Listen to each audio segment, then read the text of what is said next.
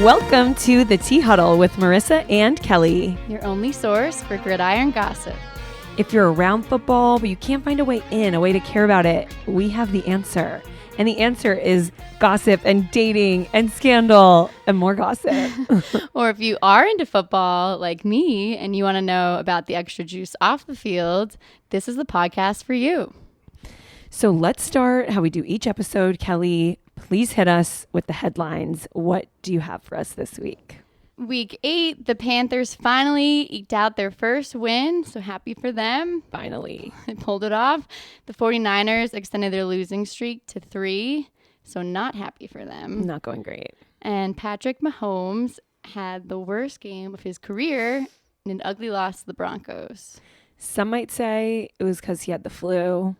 I might say it's because the Chiefs' good luck charm, Miss Swift, She was not there. In attendance. Yeah, and Travis definitely felt it. My fantasy team felt it as well. Thanks for nothing, Travis. Where was she? But the real headline of the week was all of the injuries. We lost a lot of people out there this week. A lot. Every time I looked up, somebody's getting carted off. Like everyone's huddled around someone who's not moving on the floor. It was a little bit of a bloodbath this week. Yeah, always scary that happens. Quarterbacks alone that didn't finish their week 8 games due to injuries include Kirk Cousins, which obviously was a really tough one. Yeah. Matt Stafford, Kenny Pickett, Tyrod Taylor. And honestly, Brock Purdy probably should have been taken out of the game because that was a tough game to watch. And I saw, Brock Purdy, quarterback of the 49ers, he was in concussion protocol all week. And then, which who knows what that even means? I'm sure somebody knows. I don't. But then he got thrashed around on the floor, holding his head, and they were like, "You're good," and he kept playing. Yeah, I don't trust that. I don't trust it. No, they just didn't like who their backup was, so they were like, "You can keep going." Yeah. But everybody else was down for the count. They took him out. Yeah, and I'll get into the details. Okay, yeah, break it down.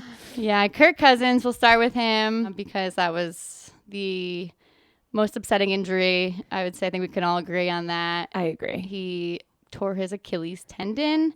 And we're familiar with that injury. If we remember back to week 1, Aaron Rodgers also tore his Achilles. So that's not an easy one to recover from. I saw the video. You can see it pop. Oh, it's bad. It gives you the icks for sure. Yeah. And he got carted off and he didn't even look like he broke a sweat. He looks like melancholy. And then he's still watching the game and clapping for his team.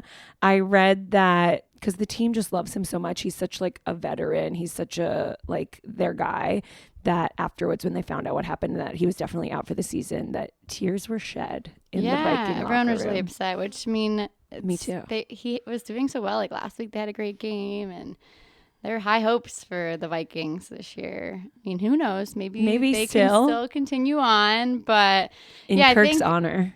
If Kirk's going to come back to the Vikings, I don't know. He's 35 years old, which is on the older side for a quarterback. And he's a free agent after the end of the season. So I'm hoping he comes back, maybe not to the Vikings. Yeah. It sounds like they love him over there, though. So hopefully. So he's definitely, with this injury, out for the rest of the season. And maybe this is it. Maybe this was going to be his last season, but it won't be because he, has a... He can't recover there as quickly. But, I mean, he should call up Aaron. Yeah, get whatever experimental doctor. He seems to be recovering really quickly. So I hope that they communicate and give him some tips, Aaron. DM him on Instagram. And then another quarterback who got injured, Matthew Stafford of the LA Rams. He injured his thumb during the Cowboys game, which... That one doesn't sound as bad as... seems like he'll be fine. Well, yeah, they're unsure if he'll be back next week. So the jury's out. I was going to make a joke about a thumbs up or something, but it wasn't going to be good. So I'll just keep that one. Myself. He looked like he was in pain. Yeah. Okay, it's not a joke. Kenny Pickett, he's the quarterback of the Steelers. Him and Tyrod Taylor, who's the quarterback of the Giants. We talked about him last week. Yes. They're the backup quarterback now. Right. Starting They're dropping like flies. Yeah. They both injured their ribs this week, which that sounds really painful to me. And we just discussed last week that the rib injury is what ended Tyrod Taylor's career at the Chargers because when he was getting his pain-killing shot, they punctured his lung. Ridiculous. So this must be bringing back all sorts of like... Yeah, he must be like really scarred. Yeah. I hope his recovery is a lot easier this time around. Same. And he avoids that doctor from the Chargers. Yeah, keep that man away from him. Yeah. But because of all of these injuries, all of the young backup quarterbacks had to step in and try to save the day out there. Yes, it was really reminiscent of The Replacements, the movie with Keanu Reeves, right? Like there were just these random little boys that no one has ever heard of that like this was their first time ever playing in the NFL, and they're the quarterback. They're leading the team. Yeah. They just looked like scared and excited and definitely both none of us knew. We were all scared and excited watching. Yeah. And something like the Giants, so their first quarterback is out, then their second quarterback is out, and then they're like, all right, who do we got? Next? Who in the stands can come throw a ball? And so we got like a cast of characters this week. Yeah. Since we're on the topic of the Giants, talking about Tyrod, yeah. So they had coming from the stands probably, or from the neighborhood at least. Yeah, they were like bike on over here. Tommy DeVito, he's the third string quarterback for the Giants, and he is the epitome of a Jersey boy. He grew up 20 minutes from MetLife. I love that. He is very Italian. Tommy DeVito. It goes without saying. I saw a video, so I was like, who's this boy on the field? Let's find everything we can about him online. There's a video. Hard to know if it's a costume or if it's just his vibe. Just a Thursday night. It was like very Jersey Shore, Pauly D. Slick back hair. Yeah. The sweatband. He wears the chain. He wears a TD chain, which as a quarterback, touchdown. Tommy DeVito. Both? Hopefully both. But it's like a huge chain. Like, yeah. It takes... For like an undrafted rookie, it's an aggressive chain, right? I think he was undrafted, and then they got him after that. Yeah, but that's exciting. Like, let's give everybody a chance to play one game in the NFL. You know? Yeah, he definitely like looked confident out there. I mean, he scored a touchdown. He ran in a touchdown. That's first few minutes out there. Yeah, good for him. Unfortunately, it kind of went downhill after that, but. We tried. Yeah. Zach Wilson needed it more than Tommy DeVito. I Googled him, and the first thing that came up is Tommy DeVito related to Danny DeVito? Unfortunately, he's not. I was hoping so. When another thing that came up when I Googled him is that Tommy DeVito is the name of Joe Pesci's character in Goodfellas, which Goodfellas came out significantly before this young boy was born. So his parents... He was definitely named after Goodfellas, which I love. It's just like fitting with the whole character that we have decided is Tommy DeVito. I hope we see more of it. I hope Tyrod Taylor heals quickly and is back soon. Yeah. I forgot all about Daniel Jones, but he could be in there somewhere. But I hope we see a little bit more of little Tommy DeVito. Yeah. Unfortunately, I don't think we will see much of him. Okay. Well, I think Daniel Jones, he's supposed to be back next week. So, but who knows? Yeah. Maybe not see out there, Tommy D. Thumb will take him out too. These thumb injuries. Yeah. All right. So other than our new fave, Tommy DeVito, who else do we have in the like rando backup young? Yeah, another undrafted quarterback who's now starting is Tyson Bagent. I think it's Bagent. How are we supposed to know? He's brand new. Tyson Bagent. He is the quarterback for the Chicago Bears right now, while Justin Fields is out with a thumb injury. Oh, I was just making a joke before about the thumbs. No, there's a lot of these thumb injuries out there. Okay. He started in week 7. Okay. And that was his first start with the Bears. And there were he had 53 friends and family in the stands to watch him. Okay, this I saw. I forgot who it was. Yeah. He's a popular guy. I think if I was starting in my first NFL game, I don't know that I'd have 53 people. Like, that's a lot of people. Yeah. And are they local? Did they fly out? I don't know. I don't know. I mean, he's from West Virginia. He went to school out there 20 minutes from home. He's literally never left his hometown. So they were like, this is our big chance. Yeah, we're going to Chicago. We're going to see Tyson. My favorite thing about him, which comes up right when you Google him, because his dad is eager for the limelight, it seems. His father is a 17-time arm wrestling champion. Important to note, he has won with both arms. That's really impressive. It really is. He's a strong guy. He's a strong guy. He was on the sidelines, and one of the reporters was like, "Oh, you're the new QB's dad. Like, tell us about yourself." And he's like, "Come on, arm wrestle me. Like, come on." Oh my God. He's trying really hard. He's been waiting for this his whole life. He's so excited. But it's cute. It's enthusiasm, and we love an eccentric family. Yeah, he's talented as well. He wants everyone to know. With both arms. Tyson said that if he didn't make it to the NFL, he was just going to live at home and CrossFit his life away. His dad owns a CrossFit gym, I think. So They're it's, a tight-knit so it's family, in the family. like. Yeah, exactly. But his career start was in week 7. They won the first time they won at home since last season, the Chicago Bears. This past week 8, they did not win against the Chargers, but we'll see what happens. Yeah. Do we think Justin Fields is going to be out longer? It's a thumb. Yeah, it's just a thumb. Hopefully he's back soon. All right. Well, hopefully. Until then. Good luck, Tyson. Yeah.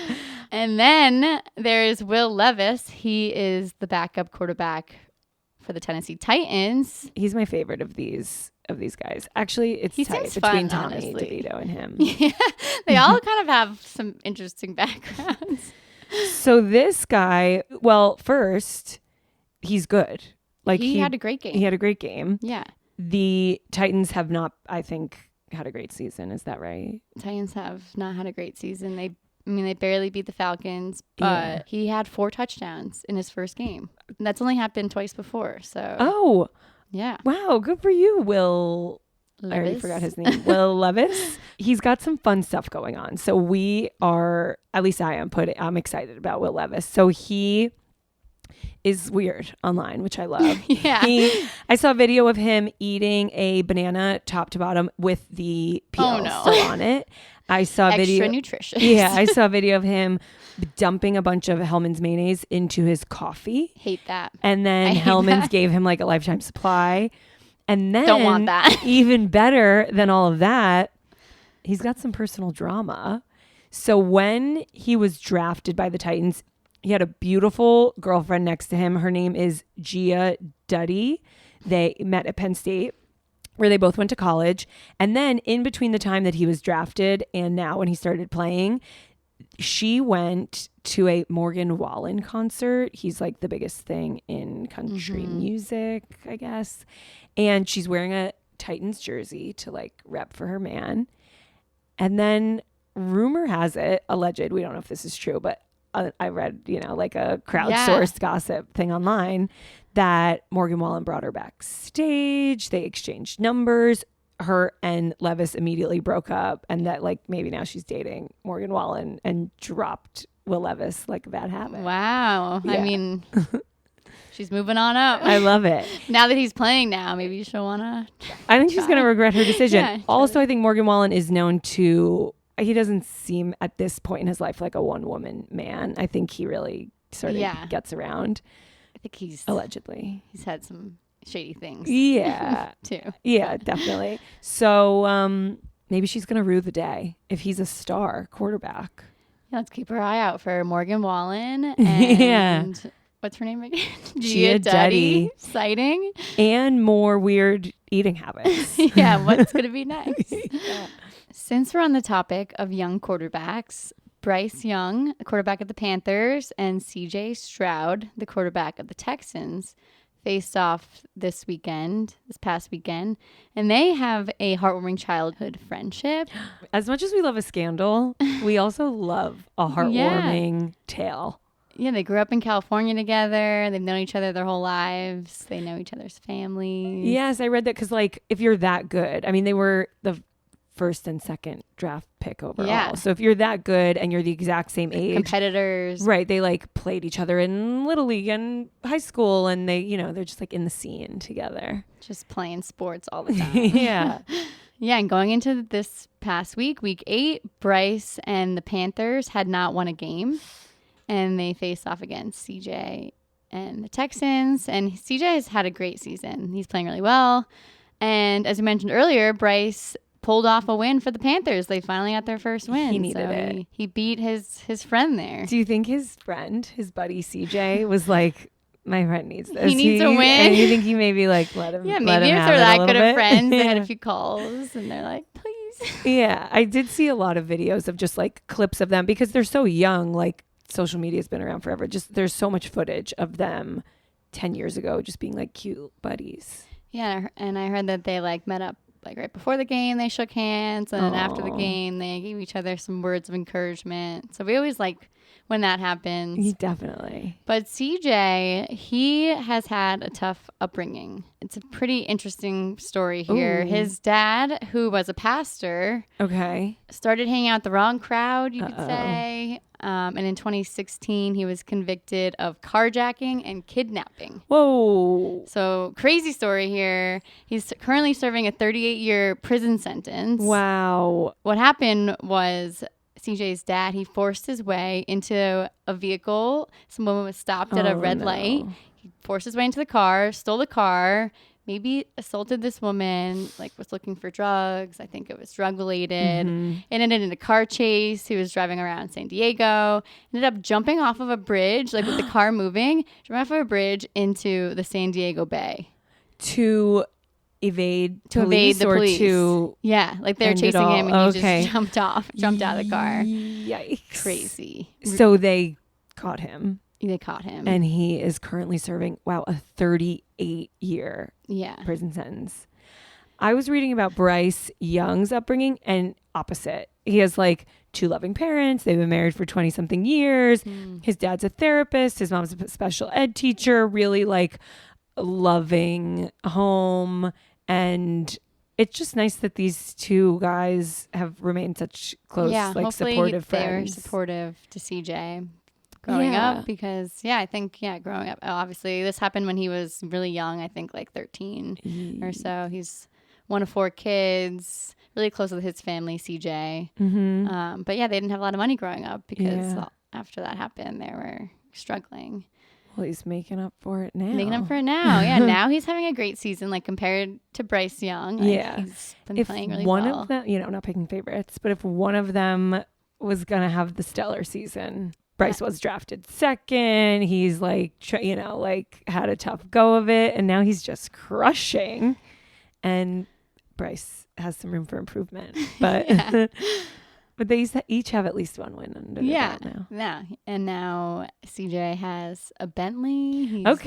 He's bought his mom a house. So he's doing well. Amazing. It's really great story. He's come a long way. A happy ending to a tough go. He says it was a motivating factor. Definitely. So I saw a video of Bryce Young right after he got drafted first overall, like on such a high. He's walking away from the stage and he's looking back to see who gets drafted next. And he sees that it's his friend CJ Stroud and he's so happy for him. And they're just supportive. Yeah, they're good buddies. We love it. Yeah, and CJ is such a generous guy. In college, he bought his whole team $500 gift cards to Express and was like, I want everyone looking good opening day. Oh my gosh. He had a lot of money in college already. I guess you're allowed to now make money. Yeah, and I think it was like the same year that. Wow. I love that. Started. I had also read about him a while ago without knowing all of this backstory that he has a personal private chef now on the Texans, and he has an open invitation to his whole team, and he has everybody over for so he's a generous meals. Guy. Yeah, he sounds like the best. Started from the bottom and now he's here and he is having a great season and people are excited about him. Yeah, we're rooting for CJ. I love you, CJ Stroud. What a guy. And now we have another Tea Huddle crowd favorite, another segment favorite. Marisa picks a team. We're going to check in with Marisa and see how her journey to picking an allegiance is going. Well, after that story, I feel like I'm all in on CJ Stroud and should I maybe abandon my whole journey and just be a Texans fan? But I don't think I can base my whole fandom around one quarterback. If it's fair. I was going to, I would be a Vikings fan. Trade deadline. I love Kirk Cousins. But trade deadline, injury, if I had committed to being a Vikings fan, Kirk Cousins just he tore his Achilles, and he's out for the season. Maybe it's the end of his entire Vikings career, and now I'd just be stuck in purple in the middle of Minnesota being a Vikings fan with no Kirk in sight. So for those reasons, because it should be like a whole, like, you're all picking a encompassing. team, remember? I'm picking a team, not a player. So it's not going to be the Texans. It's not going to be the Vikings. It's really hard for me to not just say it's going to be the Chiefs, because the Chiefs were already a contender before Swiftness. Trailer. What do we call it? Before Trailer took the world by storm. But they do have a full team for sure. Yeah, definitely. Plus. Yeah.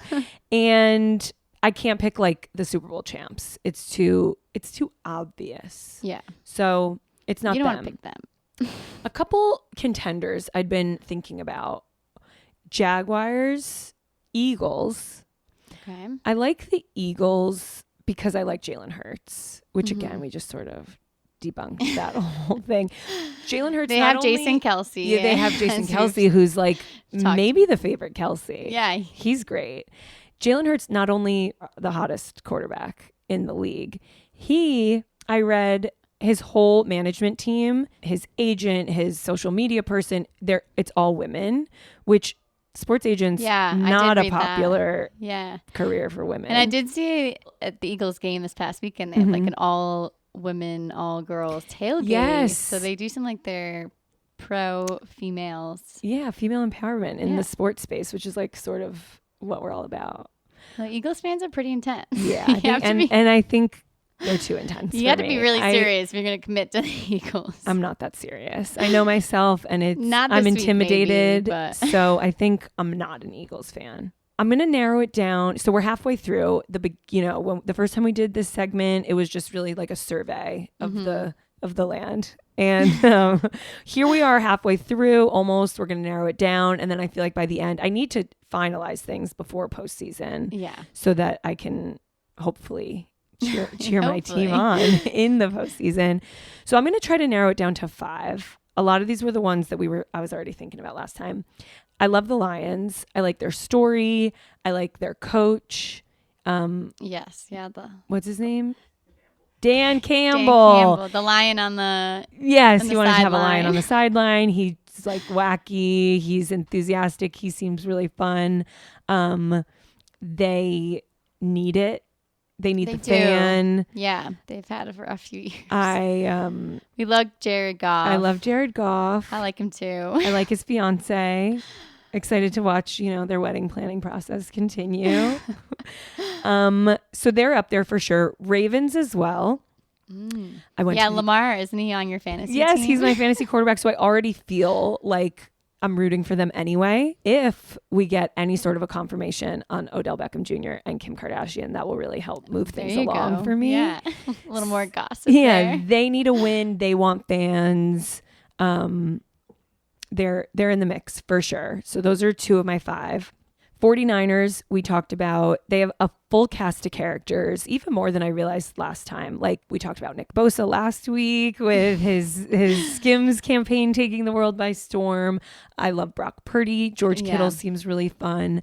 One of the guys, they have a young team. One of their players, Fred Warner, is married to a villain from The Bachelor, which is really fun. Sydney Hightower, now Warner. Christian McCaffrey. There's a lot to work with here. Yeah. So I'm excited about them. There's a lot of good juice on all those people. And then you have your head and you have your heart. And I don't want to be a Jets fan, but I think I might be a Jets fan. Like when you're at a sports bar and there's 15 games going on and you don't know what to watch, I'm watching the Jets and I'm rooting for them. I think I've noticed that about you. So Hard Knocks really sold it. I think it was Hard Knocks, which I'm not going to be a Dolphins fan because mostly I think because of Xavier Howard, and there's a few other characters there that are going to ruin it for me. But I think probably after this next Hard Knocks season, I'm going to want to be a Dolphins fan. Coming out soon, the mid-season Hard Knocks. It's a mid-season, and the players seem pissed off about it. And even Mike McDaniel said this was not a team decision. I think just the ownership Yeah. made it I mean, happen. they do have a lot of good gossip, so I'm sure there's a lot to discuss. I'm psyched about it. We've covered a lot of it. I'm easily influenced, so I do think probably I'll want to be a Dolphins fan after that. But I'm going to prevent that from happening by limiting myself to this list.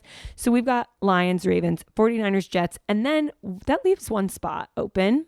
I'm toying with the idea of the Seahawks because, as I mentioned, I'm easily influenced, and I just watched an interview with Geno Smith, their quarterback, and he seems great. He seems like he's ready to win. Yeah, he's been around the league a while. He's been passed around. Seem like a team worth rooting for. I've never been to Seattle, and why not it's on get my out list. there? And the Chargers are also up there. They've got a great social media presence. Whoever's running their TikTok, I don't know. They're really nice color. Great colors. LA, fun place to be. There you go. I also feel like because they moved around, like they're welcoming of new fans. They're not like, if you haven't been with us from the day one, they're like, come join us. No, they're welcoming for sure. They've had some heartache. Yeah. Like just really wanting a Super Bowl. And Justin Herbert, their QB, is really fun. Any clips I've seen of him being mic'd up, he's always like giving everybody heart. Anytime he's around somebody who's mic'd up, he asks them how their rash is doing. Oh. Yeah, just like fun and games. He's just like a good one. Very sort of fratty. He's like speaking only in movie quotes and He's like Will Levis. Yeah. Minus the mayonnaise. Well, you still have a lot of options. I think I just narrowed it down. It's out. Seahawks, Chargers are in. So we've got Chargers are in. All we've right. got our final 5. We've got the rest of the season. Should I give myself a deadline? Should I give myself a trade deadline? Yeah, give yourself a trade deadline. So by how many weeks are there total in the season? There's 18 weeks. There's 18. So I think by week, like around New Year's. Okay. That's when the regular season is wrapping up. Okay, perfect. Yeah, starting a new year fresh. You can make your decision. Yes, I'll get some merch. And if they're not in the playoffs, like you have to be a real fan. You gotta stick with it. I'm prepared to be a real fan. So it's down to 5. I hope whoever I pick makes it into the postseason because I don't want to start off my fandom career with losers, but it does happen. In this league, anything can happen. All right. Well, everybody stay tuned to see where this all nets out. It's about that time for the final goss. Final goss. All right, Marissa, what do we have this week? All right. This week we have a rumored romance. Ooh. Stefon Diggs, a star of the Buffalo Bills. Yep. As far as we knew, he was still with his girlfriend, LaShante Heckard, since they've been together since 2019. But it seems he could have moved on with another known lady. Ooh. So Tay Heckard, as she's known publicly, she's a model, music video actress, and Nelly's ex-girlfriend, rapper Nelly. She has been with Stefon Diggs since 2019, but very quietly. Okay. So quietly, in fact, that we don't know if they're still together or not.